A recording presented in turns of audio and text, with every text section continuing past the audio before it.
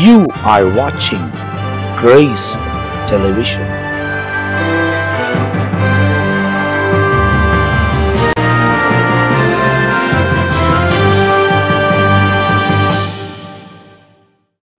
ஆண்டவரும் அருமை இரட்சகராக இயேசு கிறிஸ்துவின் நாமத்தினால் உங்கள் யாவரையும் நாங்கள் அன்போடு கூட வாழ்த்துகிறோம், உங்களை வரவேற்கின்றோம்.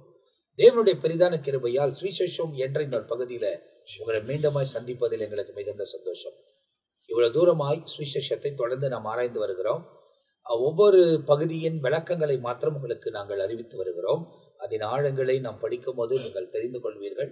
எனவே தேவனுடைய ஊழியக்காரர்கள், தேவனுடைய திருசபையை நடத்தக்கூடிய போதகர்கள் நம்மத்தில் வந்து கர்த்தருடைய வசனங்களை விளக்கி சொல்லிக் கொண்டிருக்கிறார்கள். போன பகுதியில் நீங்கள் பார்க்கும்போது மத்தேயு எழுதின சுவிசேஷம் 12ஆம் அதிகாரம் 45ஆம் வசனம் வரை நாம் தியானித்திருக்கிறோம். இந்த பகுதியில் 46லிருந்து 50வது வசனம் வரை, 12ஆம் அதிகாரம் 46லிருந்து 50, இந்த 5 வசனங்களை நம் மத்தியில் ரெவரண்ட் ஜெயக்குமார் அவர்கள் தான் மீண்டுமாய் விளக்கப் போகிறார்கள். நம்ம ஒவ்வொரு காரியத்தையும் நாம் துல்லியமாக அறிந்து கொள்ளப் போகிறோம். நாம் நேரடியாக நிகழ்ச்சிக்குள்ள போக போகிறோம். கர்த்தருடைய நாமம் மகிமைப்படுவதாக. மத்தேயின் புத்தகம் 12ஆம் அதிகாரம் 46லிருந்து 50 வரை ஒரு சம்பவத்தை குறித்து, ஒரு காரியத்தை குறித்து ஆண்டவராகிய இயேசு தன்னுடைய வாய்மொழியாக சொல்லி இருக்கிறார். ஆண்டவராகிய இயேசு கிறிஸ்துவினுடைய உண்மையான உறவினர்கள் யார்? ஆண்டவராகிய இயேசு கிறிஸ்துவினுடைய உண்மையான உறவு முறை யாரா இருக்கக்கூடும் என்று சொல்லி அவரே தன்னுடைய வாய்மொழியாக இந்த 46லிருந்து 50 வரை சொல்லி இருக்கிறார். 46ஆம் வசனம் சொல்லுகிறது, இப்படி அவர் ஜனங்களோடு கூட பேசுகையில் அவருடைய தாயாரும் சகோதரரும் அவரிடத்தில் பேச வேண்டும் என்று வெளியே நின்றார்கள். ஆண்டவராகிய இயேசு கிறிஸ்து ஒரு வீட்டுக்குள்ளே தன் சீஷர்களோடு கூட பேசிக் கொண்டிருக்கிறார். அந்த நேரத்திலே ஆண்டவராகிய இயேசுவிடத்திலே பேச வேண்டும் என்று சொல்லி இயேசுவின் தாயாகிய மரியாளும் அவருடைய சகோதரரும் அவரிடத்தில் பேச வேண்டும் என்று அவர்கள் வெளியே நிற்கிறார்கள். இதை கண்ட ஒரு சீஷன் இயேசுக்கு ஒரு செய்தி கொண்டு போய் சொல்லுகிறான். 47ஆம் வசனம், அப்பொழுது, எப்பொழுது என்று சொல்லி பார்க்கும் பொழுது இயேசுவிடத்தில் பேசும்படியாக அவருடைய தாயாரும் அவருடைய சகோதரனும் இயேசுவோடு பேச வந்து வெளியே நிற்கிறார்கள். அப்பொழுது ஒருவன் அவரை நோக்கி, உம்முடைய தாயாரும் உம்முடைய சகோதரரும் உம்மோடு பேச வேண்டும் என்று வெளியே நிற்கிறார்கள் என்றான். பாருங்க, தெளிவாய் கோர்வையாக நாம் புரிந்து கொள்ளுற அளவுக்கு வார்த்தைகள் சொல்லப்பட்டிருக்கிறது. இயேசுவிடத்தில் பேச வேண்டும் என்று சொல்லி அவரை பெற்றெடுத்த தாயாகிய மரியாளும் உடன் பிறந்த சகோதரரும் இயேசுவிடத்தில் பேச வேண்டும் என்று இயேசு இருக்கிற வீட்டில் வெளியே நிற்கிறார்கள். இதை கண்ட ஒரு சீஷன் இயேசுவிடத்தில் போய் செய்தி அறிவிக்கிறார். உம்மிடத்தில் பேச வேண்டும் என்று சொல்லி உம்முடைய தாயாரும் உம்முடைய சகோதரரும் நிற்கிறார்கள் என்று சொல்கிறார். இதை கேட்ட இயேசு சொன்ன ஒரு காரியம் என்ன? தம்மிடத்தில் இப்படி, 48ஆம் வசனம் சொல்கிறது, தம்மிடத்தில் இப்படி சொன்னவனுக்கு அவர் பிரதி உத்தரமாக, தம்மிடத்தில் இப்படிப்பட்ட செய்தி கொண்டு வந்தவனுக்கு அவர் பிரதி உத்தரமாக ஒரு காரியத்தை சொல்லுகிறார். என் தாயார் யார், என் சகோதரர் யார் என்று சொல்லி அவர் ஒரு கேள்வியோடு வேதத்தை பார்க்கும் பொழுது கேள்வியோடு தான் இருக்கிறது. என் தாயார் யார், என் சகோதரர் யார் என்று சொல்லுகிறார். இதை சொன்னவர் ஆண்டவராகிய இயேசு கிறிஸ்து. அவரிடத்தில் பேச வேண்டும் என்று வந்து நிற்கிறார்கள். இந்த செய்தி ஒரு சீஷன் இயேசுக்கு அறிவிக்கிறார். அப்பொழுது இயேசு சொன்ன வார்த்தை, என் தாயார் யார், என் சகோதரர் யார் என்று சொல்லி அவர் ஒரு காரியத்தை சொல்றார். தம்முடைய கையை தமது சீஷர்களுக்கு நேராக நீட்டி, தம்முடைய கையை தம்முடைய சீஷர்களுக்கு நேராக நீட்டி, இதோ என் தாய், என் சகோதரரும் இவர்களே. அப்போ இயேசு சொன்ன ஒரு வார்த்தை, தம்மிடத்தில் உட்கார்ந்து தம்முடைய வார்த்தைகளை கேட்டுக்கொண்டு இருக்கிற அவர்களுக்கு நேராக தன் கரத்தை நீட்டி, இதோ இவர்கள் தான் என்னுடைய தாயாரும் இவர்கள் தான் என்னுடைய சகோதரமாக இவர்களே என்று சொல்லுகிறார். இத சொன்ன பிறகு இயேசு ஒரு தெளிவான ஒரு சத்தியத்தை 50ஆம் வசனத்திலே கொண்டு வருகிறார். பரலோகத்தில் இருக்கிற என் பிதாவின் சித்தத்தின்படி, பரலோகத்தில் இருக்கிற என் பிதாவின் சித்தத்துபடி செய்கிறவன் எவனோ அவனே எனக்கு சகோதரனும் சகோதரியும் தாயுமாய் இருக்கிறான் என்றார். பாருங்கள், ஆண்டவராகிய இயேசு கிறிஸ்துவினுடைய குடும்ப வாழ்க்கையிலே நடக்கிறதான இந்த ஒரு சம்பவம், இயேசுவினுடைய உறவுமுறை யார் என்று சொல்லி தெளிவாக இந்த எடுத்து உரைக்கிறதான ஒரு சத்தியம். இயேசுவிடத்தில் பேச வேண்டும் வந்ததான மரியாள் அம்மையாரையும் அவருடைய சகோதரரும் வெளியே நிற்கிறார்கள் பேச வேண்டும் என்று. இந்த செய்தி ஒரு சீஷன் இயேசுக்கு அறிவிக்கிறார், உம்மிடத்தில் பேச வேண்டும் என்று, உம்முடைய தாயாரும் உம்முடைய சகோதரர் வந்திருக்கிறார்கள் என்று.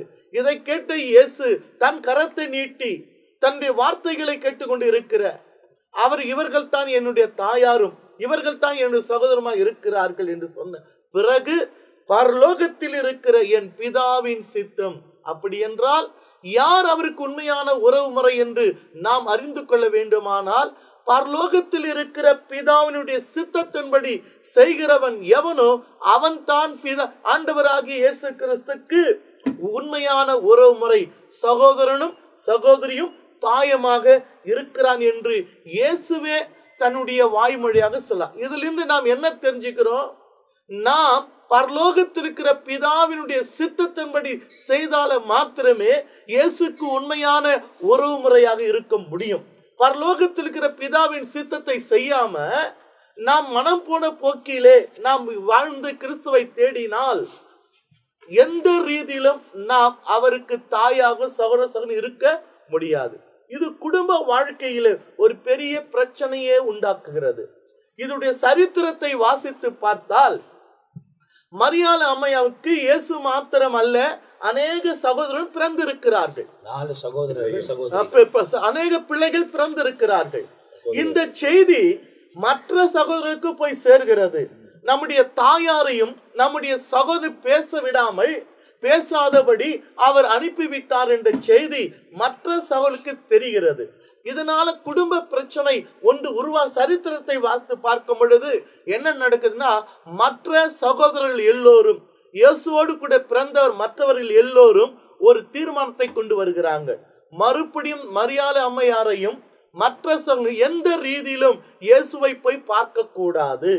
ஏனென்றால் ஏற்கனவே பேசாமல் அனுப்பிவிட்ட அந்த கோபத்தின் நிமித்தமாக பார்க்க கூடாது என்று அவர்கள் தீர்மானம் செய்து கட்டுமானத்தை கொண்டு வர ஒரு கட்டளையோடு இருக்கிறார்கள். ஆனால் இயேசு யூதர்களால் காட்டி கொடுக்கப்பட்டு அவர்கள் ரோமர்களால் சிலுவையிலே அவரை அறையும்படியே கொண்டு போகிற செய்தி மரியாள் அம்மையாருக்கு போகிறது. அப்போ தன்னுடைய மகனுக்கு மரண தண்டனை என்று சொன்ன செய்தி கேட்ட தாயார் இயேசுவை பார்க்க பிரயாசப்படுகிறார்கள். ஆனால் மற்ற பிள்ளைகளோ போகக்கூடாது தடை செய்கிறாங்க. அது மாத்திரமல்ல, நீ போனா மறுபடியும் திரும்பி வரக்கூடாது. யூதருடைய முறையின்படி ஒரு குடும்பத்துடைய தகப்பன் மரித்து விட்டால் அந்த குடும்பத்தை யார் தலைமையேற்குன்னா மூத்த பிள்ளைத்தான் தலைமையேற்று நடத்தணும்.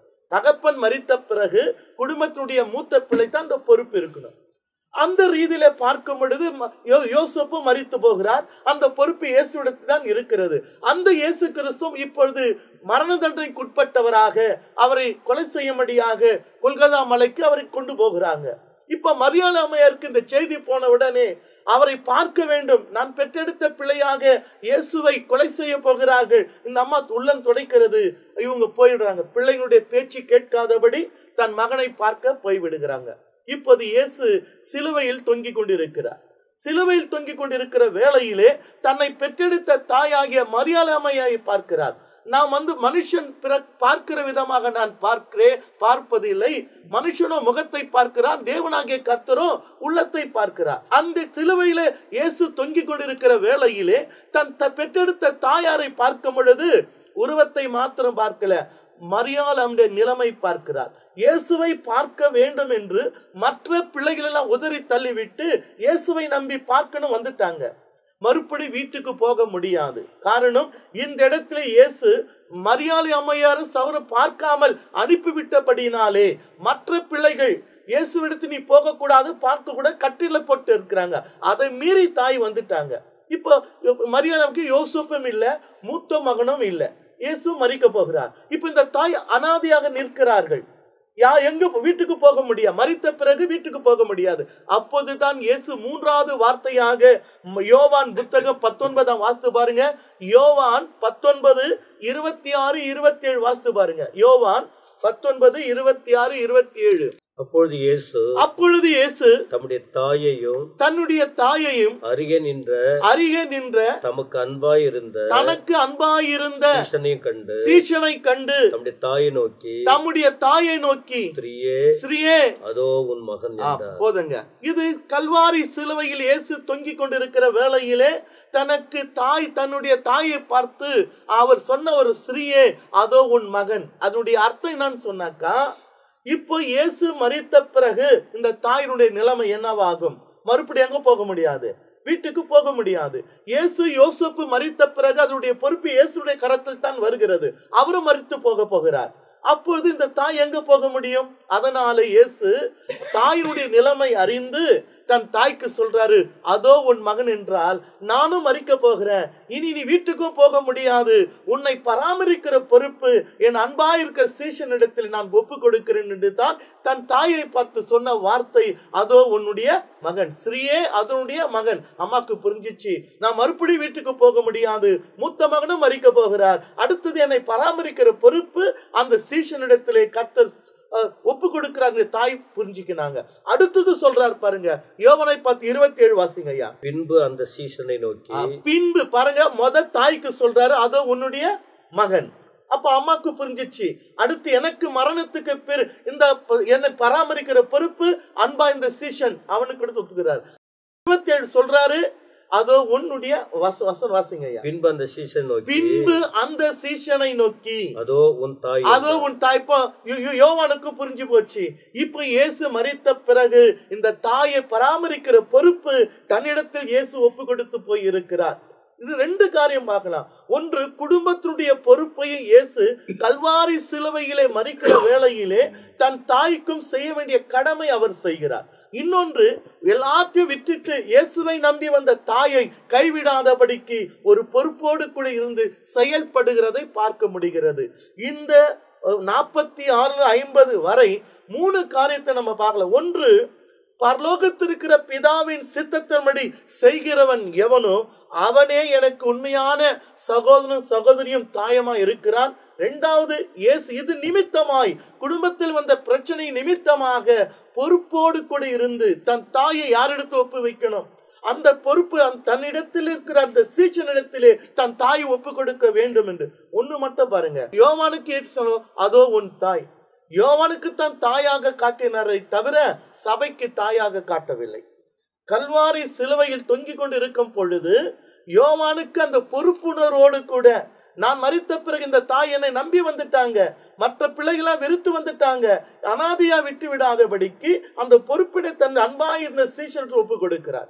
தாய்க்கு சொல்றாரு, நானும் மற்ற பிள்ளை உன்னை வெளியே அனுப்பிட்டாங்க, மறுபடியும் வீட்டுக்கு போக முடியாது, நானும் மரிக்க போகிறேன், உனக்கு ஒரு பிள்ளை இருக்கிறான், அவன் என் அன்பான சீஷனாக யோவான், சிறியே அதோ உன்னுடைய மகன்.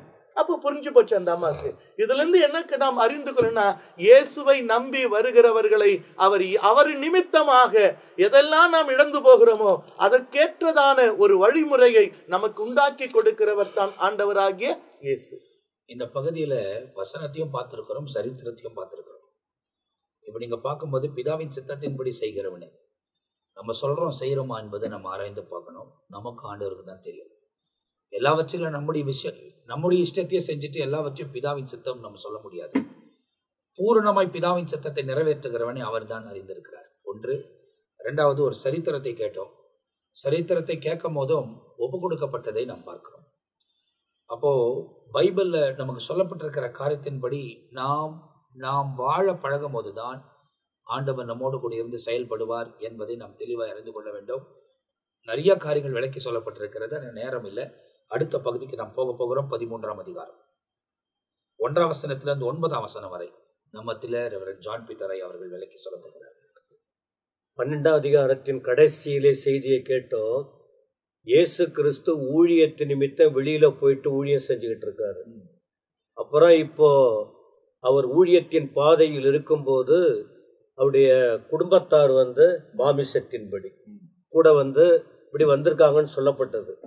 அப்ப சொன்ன பிறகு அவர் போயிட்டு ஆவிக்குரிய குடும்பத்துக்கு கவனம் செலுத்தினாலும் மாம்ச குடும்பத்துக்கும் கவனம் வைத்து மதிச்சு போறாரு. எங்க போயிருக்காரு? வீட்டுக்கு. 1ஆம் வசனம், இயேசு அன்றைய தினம் வீட்டிலிருந்து புறப்பட்டு வீட்டுக்கு போயிருக்காரு. புறப்பட்டு திரும்ப வீட்டிலிருந்து புறப்பட்டு கடலோரத்தில் வந்தார்னா வீட்டுக்கு போனார். இப்ப திரும்ப ஊழியத்துக்கு வெளியிலே வருகிறார். அவர் வேலையே அதுதானே. இரவெல்லாம் ஜபம், பகலெல்லாம் ஊழியம். கொடுக்கப்பட்ட காலங்கள் கொஞ்சம் தான். அந்த நாட்களுக்குள்ள அவர் செய்து முடிக்கணும். அதனால வீட்டையும் மதித்தார். விளக்கி சொன்னார் என் சகோதரர் யாருன்னு.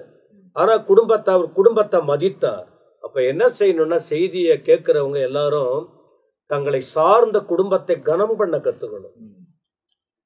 தன்னுடைய இரத்த சம்பந்தமானவர்களையும் அதாவது ஒதுக்கி விட்டுறக்கூடாது. அவங்கள கனம் பண்ண கத்துக்கொள்ள வேண்டும். ரைட்டு. அப்புறம் அதை முடிச்சிட்டு திரும்ப வீட்டிலேயே போய் உட்கார்ந்துகிட்டு சாப்பிட்டுக்கிட்டு இல்ல, அவர் வேலையை அவருடைய போஜனமே சத்தியத்தை அறிவிக்கிறது தான், கர்த்தருடைய வார்த்தைய. அங்க வந்துட்டாரு. வந்த பிறகு எங்க உட்கார்றாரு? கடலின் ஓரத்தில். அவர் ஊழியம் செய்த இடம் கடல் ஓரம் தானே. அந்த பகுதியில் அந்த கடல் ஓரத்தை அவர் ஊழியம் செய்த அந்த இடங்கள் சுத்தி அதுதான் இருக்கு. கடல் ஓரத்தில் உட்கார்ந்தார். 2ஆம் வசனம், திரளான ஜனங்கள் அவரிடத்தில் கூடி வந்தபடியால் அவர் படவில் ஏறி உட்கார்ந்தார்.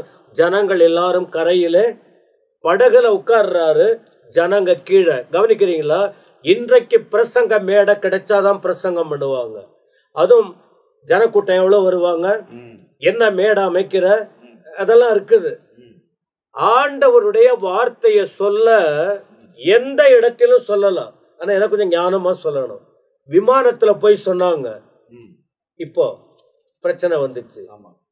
பஸ்ல போய் சொல்றாங்க, பிரச்சனை வருது. ட்ரெயின்ல போய் சொல்றாங்க.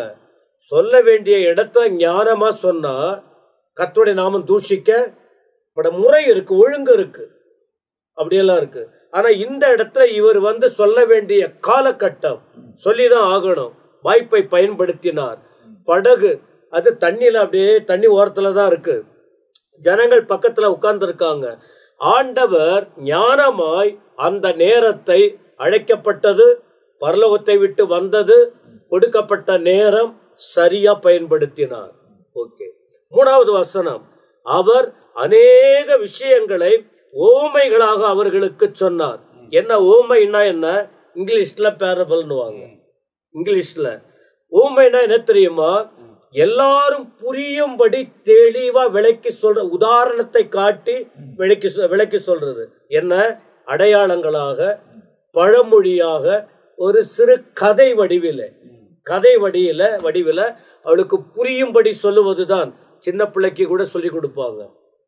பெரிய கல்லூரியில படிக்கிறவங்களுக்கு சொன்ன பிள்ளைகளுக்கு புரியவே அதுக்குதான் சின்ன சின்ன படம் ஏதோ வச்சு காட்டுவாங்க. அத போல ஆண்டவர் பரலோகத்தின் தேவன், பரலோக ரகசியம் அவருக்கு இருக்கு. ஆனா ஜனங்களுக்கு புரியாது. முதல்ல சொல்ற சுவிசேஷம் அது. அதனால புரியும்படி கதை வடிவிலே சொன்னார். என்ன சொல்ல வர்றாரு? என்ன சொல்றாரு? விதைக்கிறவனை பற்றிய ஓமை. விதைக்கிறது அதை குறித்த ஒரு கதையாக சொல்ல வர்றாரு. அது ஒப்பனை என்ன? பரலோக ராஜ்யம். ஏன்னா ஏசப்பா வந்த உடனே முதல் பிரசங்கம் என்ன பண்ணாரு? பரலோக மனம் திரும்புங்கள், பரலோக ராஜ்யம். இப்ப பரலோகத்தை குறித்து விளக்கமா சொல்ல ஆரம்பிக்கிறார். முதல் செய்தியில் சொன்னார் மத்திய 4:17. அப்ப அதன் பிறகு அதை குறித்த விளக்க, அவர் நோக்கம் எல்லாம் அற்புதம், அதிசயம் எல்லாம் பண்ணா கூட அவர் நோக்கம் ராஜ்யத்தின் சுவிசேஷத்தை சொல்லிடணும். ஏன் ஒருவரும் கெட்டு போக கூடாது, எல்லாரும் இந்த பரலோகத்துக்கு வரணும். அப்ப என்ன சொல்றாரு? விதைக்கிறவனை பற்றிய ஓமை. இந்த விதைக்கிறவனை பற்றிய ஓமை குறித்து தெளிவான விளக்கம் பிற்பகுதியில் இருக்கு. அதனால அந்த விளக்கத்தை இதுல நான் புகுத்த விரும்பல. இதுல இருக்கிறத மட்டும் சொல்ற. 4 நிலங்களை பற்றி சொல்றாரு. கேளுங்க. விதைக்கிறவன் ஒருவன் விதைக்க புறப்பட்டான். அப்போ ஒரு மனிதன் அவன் வேலைய செய்யணும். மனிதன் அவன் வேலைய செய்யணும். சோம்பலா இருந்து விட கூடாது. இது விவசாயத்தை பற்றி சொல்ற விஷயம். விவசாயம். அப்ப அந்த இடத்துல கேளுங்க, ஒருத்தவன் விதைக்க புறப்பட்டான். இப்பதான் தொடங்குது. 4 நிலங்களை பற்றி சொல்லுது. 4 நிலம். அப்ப அவன் விதைக்கும் போது முதல்ல விதைக்கிற விதை என்ன? விதைக்கிற அவன் நல்ல, அப்ப விதைனா விதைய பக்குவப்படுத்துகிறான், விதைய நேரத்தை சரிப்படுத்துகிறான். அவன் மனது தெளிவா இருக்கு. எங்க போறோம், எதை எடுத்துக்கிட்டு போறோம், எங்க தூவணும் அப்படிங்கிற எண்ணத்துல கரெக்டா தான் அவன் பண்ணிக்கிட்டு இருக்கான் விதைக்கிறவன். ஏன்னா அவன் நோக்கமெல்லாம் நல்ல அறுவடை கிடைக்கணும்னு. அதனாலதான் ஆண்டவர் சொல்றாரு, துவக்கம் எப்படியோ முடிவில் ஒரு அறுவடை வேணும். இது ஆத்மா சம்பந்தமானது. அதான் விளக்கம் பின்னால இருக்கு. முதல் நிலம் என்னவா? வழி அருகே. அவன் விதைக்கையில் சில விதை வழி அருகே விழுந்தது. நிலம்தான் விதைச்சது. அவன் விதைக்கும் போதே சிலது வெளியில போயிட்டு, இது ஆழமான கருத்துக்கள் இருக்கு. கடைசி காலத்துக்குட்பட்ட செய்திகள் இதுல அடங்கி இருக்கு. தெளிவா விளக்கம் சொன்னா நம்ம இதை மட்டும் படிக்கிறதுனால நாம சொல்றோம். வழி அருகே விழுந்தது. வழி அருகே விழுந்தா என்ன ஆகும்? பறவைகள் வந்து அதை பட்சித்து போட்டது. நிலத்துல விழுந்தா, சேத்துல விழுந்தா, தண்ணீர் இருக்கிற இடத்துல விழுந்தா பறவை வந்து கொத்தி எடுக்க வாய்ப்பு இல்ல. விதைக்கிறவன் தப்பு இல்ல, விதை விழுந்த இடம் அது அங்க விழுந்து போச்சு. அதனால பட்சிகள் பட்சித்து போட்டது. 2வது, கற்பாறை இடங்களில் விழுந்தது. மண் ஆழமாய் இராததினாலே அது சீக்கிரமாய், நிலம் பக்குவப்படுத்தி தான் போட்டிருப்பாங்க. விதைய தூவும் போது பக்கத்துல மலையெல்லாம் இருக்குமே, சுத்தி கல்லுங்க இருக்குமே, சிலது வரப்பெல்லாம் இருக்குமே. விதைய தூவும் போது கொஞ்சம் மேல போயிடும். ஆனா அந்த இடத்துல போடும் போதும் அது ஒண்ணு அதுக்கு பலன் இல்லாம என்னவா, மண்ணு ஆழமா இல்லாததுனால அது முளைச்சது, பலன் இல்லை. வெயில் ஏறினது, ஒண்ணு இல்லாத போயிடுச்சு. நடைமுறையில் இப்ப நம்ம பார்த்துக்கிட்டு இருக்கிற விஷயங்கள் தான். 3வது, நிலத்துல விதைய விதைக்கிறாரு. ஆனா சில விதை பக்கத்துல முள்ளுல பதிஞ்சு போச்சு, விழுந்தது. முள்ளு நெருக்கினது, பலன் இல்லாத போச்சு. சில விதை நல்ல நிலத்துல. இப்ப இந்த 3 இடத்துல விதைக்கும் போது விதைக்கிறவன் உஷாராயிட்டான். அதனால இனி ஞானமா நாம பக்குவம் அடைந்த நிலத்துலதான் விதைச்சா பலன் கிடைக்க முடியும் என்று தன்னுடைய முழு பலத்தை உபயோகித்தான், ஞானத்தை பயன்படுத்தினான், நல்ல நிலத்துல விதைத்தான். அப்பொழுது அது 100, 60, 30ஆக பலன் தந்தது. என்ன தெரியுமா? இந்த பரலோக ராஜ்யத்தின் ரகசியங்களை கேட்பதற்கு காதுள்ளவன் கேட்க கடவன். இத போல சொன்னா கேட்க மாட்டேன்றாங்க. அதனால்தான் ஆண்டவர் விளக்கமா விவரமா சொல்லி கொடுக்கிறார். இதை கேட்டால் வாழ்க்கை சீரடையும், ஆசீர்வதிக்கப்படும், தேவ ராஜ்யத்திற்கு செல்ல முடியும். கர்த்தருடைய நாமத்திற்கு ஸ்தோத்திரம். இயேசு வீட்டு விட்டு வெளியே வராரு. கடல் அருகாமை உட்கார்ந்து இருக்கிறார். திரளான ஜனங்கள் வராங்க. வரும்போது அவர்களுக்கு உவமைகளை சொல்ல ஆரம்பிக்கிறார். அந்த இடத்துல விதையை குறித்து ஒரு உவமையை சொல்லுகிறார். ஒரு விதை விதைக்கிறவன் விதைக்கிறான். அவன் விதைக்கும் போது அந்த விதைகள் விதைக்கப்பட்டாலும், அவன் அறுவடையை எதிர்பார்த்து விதைத்தாலும், அந்த விதையில் ஒரு சிலது கற்பாறை மேல் விழுந்தது, அதுக்கப்புறமா வழி அருகாமை விழுந்தது, முச்செடி மத்தியில் விழுந்தது, நல்ல நிலத்தில் விழுந்தது. அப்போ ஆண்டவர் சொல்ற விஷயம், நல்ல நிலத்தில் எந்த விதை விழுந்துச்சோ அந்த விதை மாத்திரம்தான் கனி கொடுத்துச்சு. சிலது 100 கொடுத்துச்சு, 60 கொடுத்துச்சு, 30 கொடுத்துச்சு. ஆனால் கேட்கறதுக்கு காது உள்ளவன் கேட்க கடவன் என்பதை தேவன் சொல்லியிருக்கிறார். அப்போ நம்முடைய நிலம், நம்முடைய இருதயமாக இந்த நிலம் நல்ல நிலமாக இருக்க வேண்டும் என்று தேவன் விரும்புகிறார். அது வழி அருகாமை உள்ளதா இல்லாமல், கற்பாறையா இல்லாமல், முற்செடியா இல்லாமல், தேவனுக்கு ஏற்ற ஒரு இருதயமாய் நாம் இருக்கும்போது பிதாவின் சித்தத்தை நிறைவேற்ற முடியும். அதுக்கு முந்த பகுதியிலும் அதை நாம் பார்த்திருக்கிறோம். அப்ப இந்த விதையை குறித்து தொடர்ச்சியாய் தான் ஆண்டவர் போதிக்கிறார். 10ஆம் வசனத்திலிருந்து 17ஆம் வசனம் வரை நம்ம தில்லரவர் மெல்கிசேதேக் அவர்கள் விளக்கப் போகிறார்கள். நாம் அவைகளை கேட்க வேண்டும். ஆண்டவராகிய இயேசு கிறிஸ்து ஊமைகளாலே பரலோக ராஜ்யத்தை குறித்ததான ரகசியத்தை ஆண்டவர் வெளிப்படுத்துகிறார். அப்பொழுது அவருடைய சீஷர்கள் அவரிடத்தில் வந்து, ஏன் அவர்களோடு கூட ஊமைகளாக பேசுகிறீர்கள் என்று கேட்டார்கள். ஏன் நீங்க ஊமைகளாலே பேசுறீங்க, பேரபலாலே ஏன் பேசுறீங்க அப்படின்னு சொல்லி ஆண்டவர் பேசும்போது இதற்கு 2 காரணங்கள் இருக்கிறது. ஆண்டவர் எதற்குனா, ஏன் ஊமையால பேசுறாருன்னா, ஒண்ணு ரகசியத்தை உண்மையை வெளிப்படுத்த, மற்றொன்று என்ன பண்றனா உண்மையை மறைத்து பேசுகிறார். ஊமைகளால கதைகளால ஆண்டவர் எந்த ஒரு காரியத்தை உண்மையான சம்பவத்தை ஆண்டவர் வெளிப்படுத்துகிறார். அதுல ரெண்டே ரெண்டு, ஒன்று உண்மையை வெளிப்படுத்த, மற்றொன்று உண்மையை மறைக்க. யாருக்கு உண்மை தெரியும்னா, மனம் திரும்பி கர்த்தராகிய இயேசு கிறிஸ்துவின் மேல் விசுவாசம் வைத்து தேவனுடைய ராஜ்யத்தில் நுழைந்தவர்களால் மட்டுமே தேவனுடைய ரகசியத்தை குறித்து, ராஜ்யத்தை குறித்து உண்மைகளையும் அதில் மறைந்திருக்கிற மர்மங்களையும் நம்மால பெற்றுக்கொள்ள முடியும். உண்மைக்கு விரோதமாக தங்களுடைய இருதயத்தை கடினப்படுத்தி மனதார கிறிஸ்துவை ஏற்றுக்கொள்ளாதவர்கள் தான் பரிசேயர்கள் மற்றும் சதுசேயர்களால் அவர் கூறியவற்றை அவர்களால் புரிந்து கொள்ளவே முடியாது. அப்போ யார் இயேசுவை ஏற்றுக்கொண்டு விசுவாசிக்கிறார்களோ அவங்களுக்கு உண்மை தெரியும். அப்ப பாருங்க, இந்த வசனத்துல நம்ம பார்க்கும் பொழுது 11ஆம் வசனத்துல அவர்களுக்கு அவர் பிரதியுத்தரமாக பரலோகத்தின் ரகசியங்களை அறியும்படிக்கு உங்களுக்கு அளிக்கப்பட்டது போல அவர்களுக்கோ அருளப்படவில்லை, உங்களுக்கு அருளப்பட்டது போல அவர்களுக்கு அருளப்படவில்லை. அப்போ தேவன் உவமைகளை பயன்படுத்துவதற்கான காரணங்கள் இதுதான் என்று நாம் பார்க்கிறோம். உண்மைகளை வெளிப்படுத்த உங்களுக்கு அருளப்பட்டது, அவங்களுக்கு ரகசியங்களை அவர்களுக்கு அருளப்படவில்லை. அப்போ ஆண்டவர் இங்க சொல்லப்படும் பொழுது ரகசியங்களை ஆண்டவர் அநேக நேரங்களிலே உவமைகளால தான் பேசினாராம்.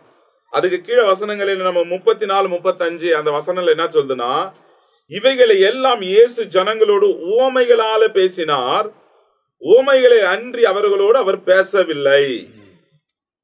என் வாயை உவமைகளால் நிரப்பேன், அதாவது திறப்பேன், உலக தோற்றம் முதல் மறைபொருளானவைகளை வெளிப்படுத்துவேன் என்று தீர்க்கதரிசியால் உரைக்கப்பட்டது நிறைவேறும்படி இப்படி நடந்தது. ஆமென்.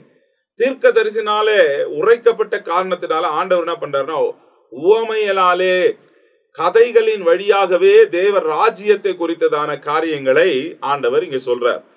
இப்ப அந்த விதைக்கப்பட்ட அந்த விதையினுடைய ரகசியங்கள் தான் இங்கே சொல்லப்படுகிறது. இதற்கான விளக்கமும் இன்னும் பின்னாடி பேசப்படுகிறது. இந்த அதிகாரம் முழுவதுமாகவே விதையையும் அதனுடைய ரகசியமும் பரலோக ராஜ்யத்தை குறித்து ஆண்டவர் இங்கே பிரசங்கம் பண்றார். ஆண்டவர் சொல்லும் பொழுது, உள்ளவன் எவனோ அவனுக்கு கொடுக்கப்படும், பரிபூரணமும் அடைவான், இல்லாதவன் எவனோ அவனிடத்தில் உள்ளதும் எடுத்து கொள்ளப்படும். இப்ப இந்த வசனத்துல என்னன்னா, உள்ளவன் எவனோ அவனுக்கு கொடுக்கப்படும். மத்தேயு 25ஆம் அதிகாரத்துல இதே சொல்ல, உள்ளவன் எவனோ அவனுக்கு கொடுக்கப்படும், பரிபூரணமும் அவன் அடைவான், இல்லாதவனிடத்தில் இருந்து உள்ளதும் எடுத்துக் கொள்ளப்படும். இல்லாத இடத்துல எது அவங்கிட்ட 1 2 அதுவும் ஆண்டவர் எடுத்துட்டு வரோம். இன்னொரு வசனத்துல பாருங்க, லூக்கா 8ஆம் அதிகாரத்துல, ஆதலால் நீங்கள் கேட்கிற விதையை குறித்து கவனியுங்கள், உள்ளவன் எவனோ அவனுக்கு கொடுக்கப்படும், இல்லாதவன் எவனோ அவன் தனக்கு உண்டென்று நினைக்கிறதும் அவனிடத்திலிருந்து எடுத்துக் கொள்ளப்படுமா. அப்போ நம்ம உள்ளவர்களாய் இருக்கிறவர்களாய் நம்ம இருக்கணும். இல்லைன்னா எது இருக்குதுன்னு அவன் நினைச்சுக்கிறானோ அதை கூட ஆண்டவர் எடுத்துட்டு வரோம். அப்போ தேவன் தமது பிள்ளைகளுக்கு உவமைகளாலே ராஜ்யத்தை குறித்து ஆண்டவர் பேசிக்கொண்டே வருகிறார். எப்படின்னா, ஏசாயா தீர்க்கதரிசியில சொல்லப்பட்ட காரியங்கள் அவர்கள் கண்டும் காணாதவர்களாயும் கேட்டும் உணராதவர்களுமாக அவர்கள் இருக்கிறார்களாம். கண்டும் காணாதவர்களாயும் கேட்டும் கேளாதவர்களாயும் உணர்ந்து கொள்ளாதவர்களாயும் இருக்கிறபடினால் நான் உவமைகளால் அவர்களோடு பேசுகிறேன். அப்போ தேவன் சொன்ன அந்த வார்த்தைகள் எரேமியாவில் 5ஆம் அதிகாரம் 21ஆவது வசனத்துல கூட சொல்லப்படுகிறது. கண்கள் இருந்தும் காணாமலும் காதுகள் இருந்தும் கேளாமலும் இருக்கிற அறிவில்லாத ஜனங்களே கேளுங்கள் சொல்றார் ஆண்டவர். அப்போ கண் இருந்து பார்த்தும் விசுவாசிக்காம கேட்டும் விசுவாசிக்காம இருக்கிறவங்க ஆண்டவர் என்ன சொல்றாரு, அறிவில்லாத ஜனங்கள். எசேக்கியேல் 12ஆம் அதிகாரம் 2ஆம் வசனத்துல விதமா, மனுபுத்திரனே நீ கலக வீட்டாரின் நடுவிலே தங்கியிருக்கிறாய், காணும்படிக்கு அவர்களுக்கு கண்கள் இருந்தாலும் காணாமல் போகிறார்கள், கேட்கும்படிக்கு அவர்களுக்கு காதுகள் இருந்தாலும் கேளாமல் போகிறார்கள். அவங்கதான் கலக வீட்டாருன்னு சொல்றாரு. இப்ப இந்த வசனத்துல நீ 9ஆவது வசனத்துல நம்ம பார்த்தோம் இல்லைங்களா, காது உள்ளவன் கேட்க கடவன். ஆண்டவர் சொல்லும் பொழுது ஓமைகளை சொல்லி சொல்லி அடிக்கடிக்கு இந்த வார்த்தையை பயன்படுத்துவார். அப்படின்னா கேட்க மனம் உள்ளவன் கேட்க கடவன். வெளிப்படுத்தலையும் ரகசியங்களை யோவானுக்கு ஆண்டவர் 17 சபைகளுக்கும் சொல்றாரு, இது காது உள்ளவன் கேட்க கடவன். அப்படின்னா கேட்க மனம். அப்படின்னா சில பேரு இருப்பாங்க, பார்த்துட்டு தான் இருப்பாங்க, ஆனா பார்க்காத மாதிரி கேட்டுன்னு தான் இருப்பாங்க. புரியுதா அப்படின்னா என்ன சொன்னீங்க என்னவாங்க. அப்போ ஒரு மந்த இருதயம் உள்ளவர்கள், ஆண்டவர் அவங்களை சொல்றாரு, மந்த இருதயம் உள்ளவர்கள்.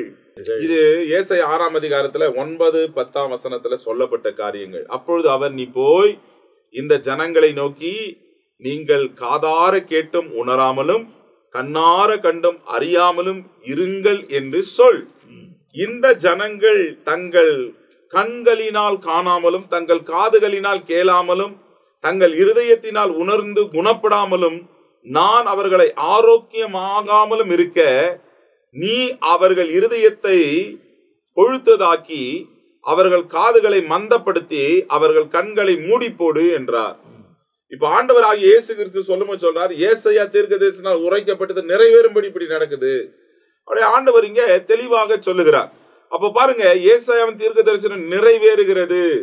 கண்ணு பார்த்தோம், அடையாளத்தை கேட்கிறாங்க, அற்புதத்தை பார்த்தோம், விசுவாசிக்காமல் இருக்கிறார்களே என்று ஆண்டவர் சொல்லி 15வது வசனம் இந்த இடத்துல நம்ம பார்க்கும் பொழுது இவர்களுடைய நிலைமை விதமாய் சொல்லுகிறது. 16ஆம் வசனமும் ஆண்டவர் சொல்ற, அவங்க அப்படி இருக்கிறாங்க, ஆனா நீங்க அதை அறிந்து உணர்ந்து கொள்ளுகிறீங்க, நீங்க பாக்கியவான்கள் என்று ஆண்டவர் சொல்லுகிறார். பாருங்க, தேவனுடைய வசனம் உவமைகளால சொல்லப்படும் பொழுது அதை அறிந்து நம்ம புரிந்து கொள்றோம் பாருங்களா, நம்ம தான் பாக்கியவான்கள். நம்ம வசனத்துல நம்ம பார்க்கும் பொழுது மத்தேயு 16ஆம் அதிகாரத்துல 17ஆம் வசனம், இயேசு அவனை நோக்கி யோனாவின் குமாரனாகிய சீமோனே நீ பாக்கியவான். பேதுருகிட்ட பேசும்பொழுது, மாம்சமும் ரத்தமும் இது உனக்கு வெளிப்படுத்தவில்லை, பரலோகத்தில் இருக்கிற என் பிதா இதை உனக்கு வெளிப்படுத்தினான். இவன் சொல்றான், நீ ஜீவனுள்ள தேவனுடைய குமாரனாகிய கிறிஸ்து அப்படின்னு சொல்லி அறிக்கையிட்டான். மாம்சமும் ரத்தம் வெளிப்படுத்தவில்லை. ஊமைகளால் ஆண்டவர் பேசுறாரு. ரட்சிக்கப்பட்டு விசுவாசிக்கிறவர்களுக்கு அது பிரகாசமாய் காணப்படுகிறது. மற்றவர்கள் மந்த இருதயம் உள்ளவர்களாக அவர்கள் மாறுகிறார்கள். 2 கொரிந்தியர்ல 4ஆம் அதிகாரம் 6ஆம் வசனம் இதுமாய் சொல்லுகிறது. 2 கொரிந்தியன் 4:6ல இருளில் இருந்து வெளிச்சத்தை பிரகாசிக்க சொன்ன தேவன் இயேசு கிறிஸ்துவின் முகத்தில் உள்ள தமது மகிமையின் அறிவாகிய ஒளியை தோன்ற பண்ணும் பொருட்டாக எங்கள் இருதயங்களிலே பிரகாசித்தார். இருளிலே இருக்கிற ஜனங்கள் பெரிய வெளிச்சத்தை காணும்படியாக தேவனுடைய வசனம் அது பிரகாசிக்கிற ஒளியாய் அது இருக்கிறது. அநேக தீர்க்கதரிசிகளும் நீதிமான்களும் நீங்கள் காண்கிறவைகளை காணவும் நீங்கள் கேட்கிறவர்களை கேட்கவும் விரும்பியும் காணாமலும் கேளாமலும் போனார்கள் என்று மெய்யாகவே உங்களுக்கு சொல்லுகிறேன். இப்ப ஆண்டவராகிய இயேசு கிறிஸ்து இந்த உவமைகளை இவ்விதமாக கர்த்தர் திருவுளம் பற்றுகிறார்.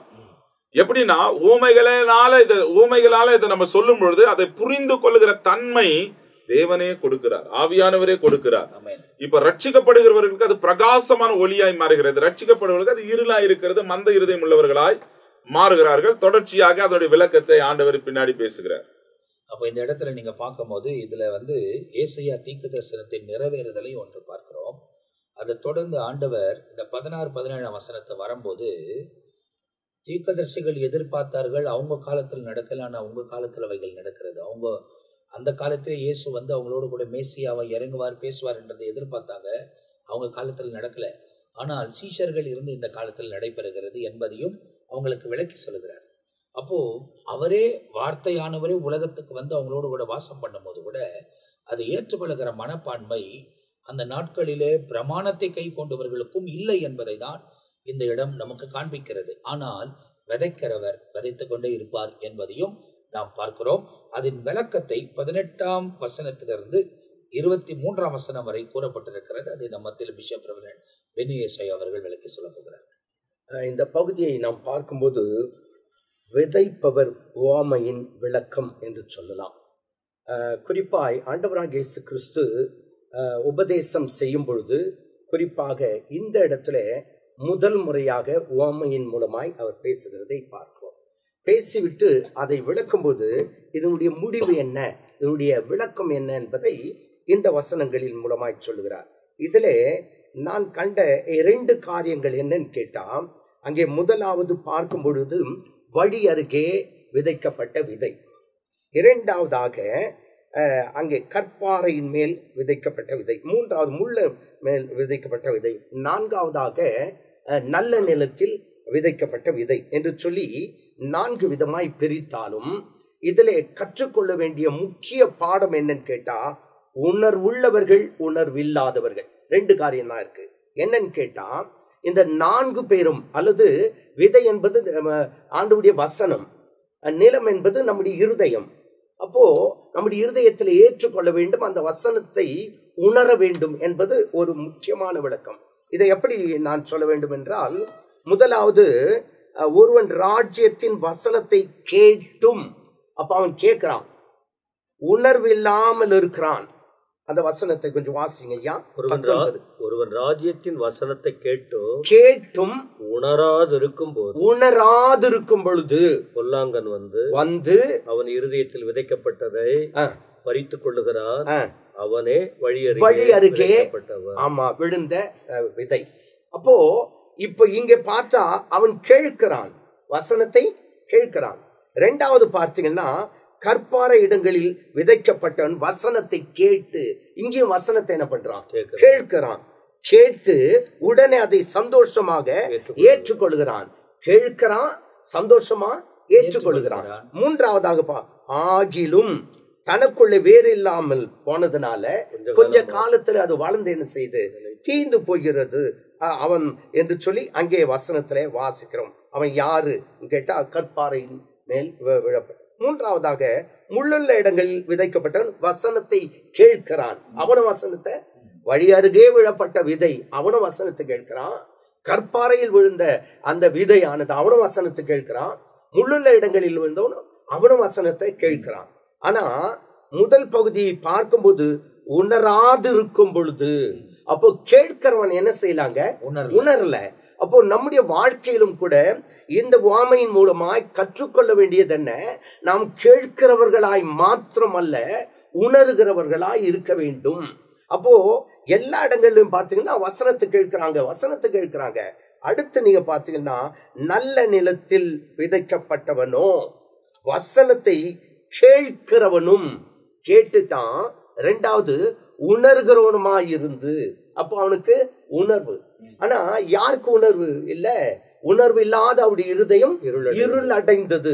இருள் அடைந்த இருதயம் உள்ளவர்கள் தான் என்ன செய்ய மாட்டாங்க, உணர்த்தப்பட மாட்டார்கள். அப்ப இதுல நாம் கற்றுக்கொள்ள வேண்டியது என்ன, நாம் வசனத்தை எப்போதும் கேட்கிறவர்களாய் மாத்திரமல்ல, அதை உணர்ந்து கொள்ளுகிறவர்களாய், உணர்த்தப்பட்டவர்களாய் இருக்க வேண்டும். இந்த வசனத்தை நான் கேட்கிறது மாத்திரமல்ல, உணரவடைய வேண்டும் என்றதான ஒரு சிந்தை நமக்குள்ளே இருக்க வேண்டும். அப்போ இந்த உவமையின் சுருக்கம் என்ன, கேட்கிறது மட்டுமல்லாமல் உணர்த்தப்பட வேண்டும், உணர வேண்டும், அந்த வசனத்தை உணர வேண்டும் என்பதுதான் இதனுடைய அர்த்தமாய் காணப்படுகிறது.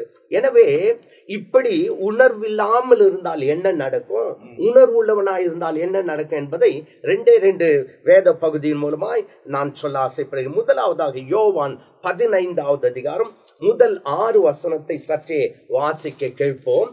யோவான் 15வது அதிகாரம் முதல் 6 வசனம். நான் மெய்யான திராட்சை செடி, என் பிதா திராட்சை தோட்டக்காரர். என்னில் கனி கொடாதிருக்கிற கொடி எதுவோ அதை அவர் அறுத்து போடுகிறார். இங்க பாருங்க, முள்ளுள்ள இடங்களில் விதைக்கப்பட்ட முள் அந்த முள்ளோடு கூட இந்த விதை என்ன செய்து வளர்கிறது. பிறகு வெயில் ஏறின பிறகு அது தீந்து போய்கிறது, சுட்டெரிக்கப்படுகிறது. இங்க என்ன செய்யறாங்க, கனி கொடாத மரம் எதுவோ அதை என்ன செய்யறாங்க, அந்த வசனம் வாசிங்க. கனி கொடாது இருக்கிற கொடி எதுவோ அதை அவர் அறுத்து போடுகிறார். கனி கொடுக்கிற கொடி எதுவோ அது அதிக கனி கொடுக்கும்படி அதை சுத்தம் பண்ணுகிறார். அப்போ அதிக கனி கொடுக்க வேண்டும் என்று சொன்னால் நம்முடைய இருதயத்திலே உணர்வு தேவைப்படுகிறது. உணர்த்தப்படும் போது அவர் என்ன செய்யறாருன்னு கேட்டா, நம்மை சுத்தப்படுத்தி அதிக கனி கொடுக்கும்படியாய் செய்கிறதாக வசனத்திலே வாசிக்கிறோம். அடுத்து, நான் உங்களுக்கு சொன்ன உபதேசத்தினாலே நீங்கள் இப்பொழுதே சுத்தமாய் இருக்கிறீர்கள். இப்போதே சுத்தமாய் இருக்கிறீர்கள் என்ன அர்த்தம், உணர்த்தப்பட்ட பிறகு அவர்கள் சுத்தமாய் இருக்கிறார்கள். அடுத்து இன்னொரு வசனத்தையும் வாசித்து முடிக்க போகிறோம். எபிரேயர் 6வது அதிகாரத்தை எடுத்துக்கொண்டு அங்கே நாம் பார்க்க போகிறோம். இப்படி அந்த வசனத்தை கேட்டு உணர்த்தப்பட்டால் என்னையா கிடைக்கும், அதை எபிரேயர் 6வது அதிகாரம் 7வது வசனத்திலிருந்து 12வது வசனம் வரையிலும் நாம் வாசித்து பார்ப்போம். என்றால் தன்மேல் அடிக்கடி பெய்கிற மழையை குறித்து நன்றாய் கவனிங்க. மழையை குடித்து தன்னிடத்தில் பயிரிடுகிறவனுக்கு ஏற்ற பயிரை முளைப்பிக்கும் நிலமானது தேவனால் ஆசீர்வாதம் பெறும். அப்ப பாருங்க, மழை பெய்கிறது, அந்த செடி என்ன செய்து வளரும் பொழுது அது ஆஸ்வதிக்கப்படும் என்று சொல்லப்பட்ட. அப்போ உணர்த்தப்படுவது மாத்திரமல்ல, கேட்கிறது மாத்திரமல்ல, அடுத்து என்ன இருக்கணும்? வளர்ச்சி இருக்க வேண்டும். வழியிலே விழப்பட்டதான அந்த விதைக்கப்பட்ட விதையில வளர்ச்சி இல்லை. முள் அருகே விழப்பட்ட அந்த விதையின் மூலமாய் வளர்ச்சி இல்ல, கற்பாறை மூலமா வளர்ச்சி இல்லை. ஆனால் இங்கே பார்த்தீங்கன்னா நல்ல நிலத்தில் விழப்பட்ட விதை மேல என்ன விழுதுங்களா? அங்க பனி பொழிகிறதா? தண்ணீர் என்னங்க? மழை. எப்படி அடிக்கடி பெய்கிற மழையை குடித்து மழையை குடிக்கிறது. எது? நல்ல நிலத்தில் இருக்க அந்த விதையானது மழையை குடித்து தன்னிடத்தில் பயிர் இடுகிறவனுக்கு ஏற்ற பயிரை முளைப்பிக்கும்படி. நன்றாய் கவனிங்க, ஏற்ற பயிரை முளைப்பிக்கும்படி நிலமானது தேவனால் ஆசீர்வாதம் பெறும். அடுத்து முட்செடிகளையும் முட்பூண்டுகளையும் முளைப்பிக்கிற நிலமோ தகாததாயும் சபிக்கப்படுவதற்கேற்றதுமாய். அப்போ அங்க பாருங்க, நல்ல நிலத்தை விதைக்கப்பட்டதை பார்த்தோம். இப்ப என்ன செய்யப்பட்டிருக்கிறது? எபிரேயர்ல இது முட்செடி. இது எப்படி இருக்குங்களா? சபிக்கப்பட்டதாயும், அடுத்து சபிக்கப்பட்டதாயும் இருக்கிறது. சுட்டரிக்கப்படுவதே அதன் முடிவு. அப்போ முடிவு சுட்டரிக்கப்படுகிறது. இப்போ இதிலிருந்து நாம் கற்றுக்கொள்ள வேண்டிய பாடம் என்ன? வசனத்தை கேட்க வேண்டும், உணர்த்தப்பட வேண்டும், பலன் கொடுக்க வேண்டும். வசனத்தை கேட்டு உணர்த்தப்படாவிட்டால் அது சுட்டரிக்கப்படுகிறதுக்கு ஏதுவாய் காணப்படும். அப்போ இது கடைசி நாளின் ஒரு ஜட்ஜ்மெண்ட், ஒரு நியாய தீர்ப்பு போல இருக்குது. இன்றைக்கு தேவன் நமக்கு நல்ல தருணத்தை கொடுத்திருக்கிறார். வசனத்தை கேட்கத்தக்கதான நேரத்தையும் காலத்தையும் கொடுத்திருக்கிறார். அப்போ நாமும் அந்த வசனத்தை கேட்கிறவர்களாய் மாத்திரமல்ல, உணர்கிறவர்களாய் இருந்து நல்ல கனிகளை கொடுக்கிறவர்களாய் இருக்க வேண்டும். இப்போ இதுல கடைசியில சொல்லப்பட்டிருக்கதான ஒரு வார்த்தை என்ன என்று கேட்டால், இங்கே அது என்ன செய்தான்? உணர்கிறவனாய் இருந்து அது என்ன செய்தான்? 100ஆகவும் 60ஆகவும் 30ஆகவும் பலன் தரும். இப்போ சும்மா புரிந்து கொள்ளும்படியா சொல்றேன். இதுக்கு விளக்கம் இது இல்லை, புரிந்து கொள்ளும்படியா சொல்லுகிறேன். உதாரணமா பரீட்சை எழுதுறோம். பரீட்சை எழுதுனா அதுல 100% மார்க் அப்படின்னு சொன்னா என்னங்க? அது ஃபர்ஸ்ட் கிளாஸ் பாஸ் பண்ணிடுவோம். 60 மார்க்னா செகண்ட் கிளாஸ். 30 அப்படின்னு சொன்னா ஜஸ்ட் பாஸ். எப்படியாவது பலன் அடைந்து கரை போய் சேர்க்கிற ஒரு அனுபவம், எப்படியோ ஒரு பலன். அப்போ எப்படியாவது நாம் பலன் கொடுத்து பரலோகம் போய் சேரணும்ன்றதே தேவனுடைய திட்டம். அப்போ நாம செய்ய வேண்டியது என்ன? உணர்த்தப்பட வேண்டும். அதே நேரத்தில் கேட்கிறவர்களாய் மட்டுமல்லாதபடிக்கு உணர்த்தப்பட்டவர்களாய் இருந்தால் நாம் பலன் கொடுப்போம் என்பதற்கு எந்த ஒரு சந்தேகமும் இல்லை. அப்போ இந்த பகுதிகள் நமக்கு விளக்கப்பட்டிருக்கிறது. அதாவது வழியாருகாமே, கற்பாறை, முள்செடி, நல்ல நிலம். அப்போ இவைகளை குறித்து போதிக்கப்பட்டிருக்கு. இவைகளை குறித்து நமக்கு விளக்கங்களும் சொல்லப்பட்டிருக்கிறது. அப்போ இந்த 13ஆம் அதிகாரம் 23ஆம் வசனம் வரை இந்த பகுதியில் நாம் தியானித்திருக்கிறோம். அதுக்கு தான் சொல்றேன், இது பிரசங்கம் மாதிரி போச்சுன்னா நீண்ட நேரம் நிறைய வசனங்களை கோர்வையாக காமிச்சு இதெல்லாம் பேச முடியும். எல்லா போதகர்களும் பேசுவார்கள்.